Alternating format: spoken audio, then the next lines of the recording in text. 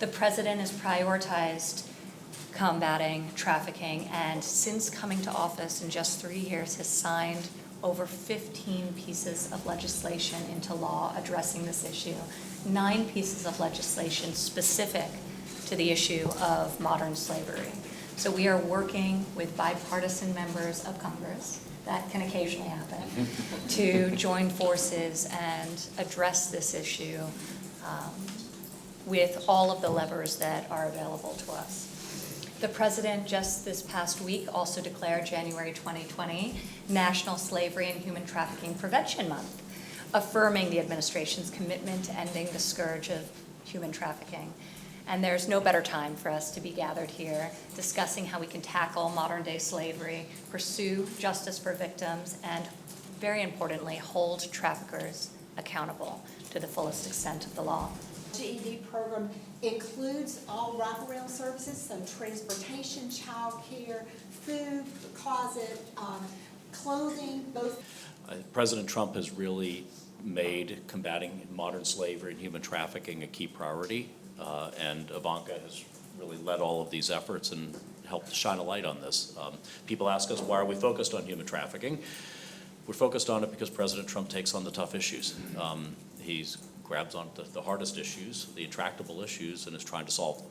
And we often think of human trafficking as something that's rather distant, that is, it's not something we would see in our lives. But I think thanks to Ivanka's work and the president's work, the governor and first ladies calling attention to this, we highlight the fact that human trafficking exists all around us, and we'll hear that from our survivors today, that it's something domestic. It's something with people from outside the U.S. It could be hotel workers. It could be restaurant workers. It could be, obviously, those involved, those who are caught up in sex trafficking. But it can be everywhere around. But I would love to you just kind of share your heart about what you see as a result of connecting with the Women's Academy.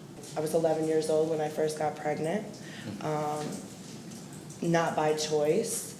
I did not keep the baby. I had an abortion, and it just got worse. Like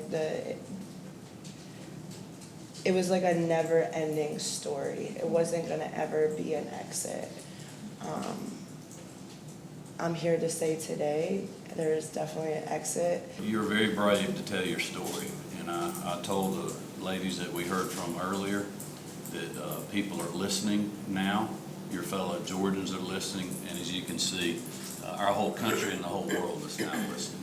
We believe that the private sector needs to get involved with these issues, and they need to provide the training for the jobs, and we can assist in the support. So as part of our Pledge to America's Workers, many of the companies that we've mentioned today have signed on to offer these types of training skills, and we'll be going back to the White House and thinking about how we can further collaborate with programs such as yours that can allow really just an incredible pipeline of individuals who have done a lot of hard work and just need to be given that second shot. So we'll be definitely working very hard on that front. I gotta give you a hug then.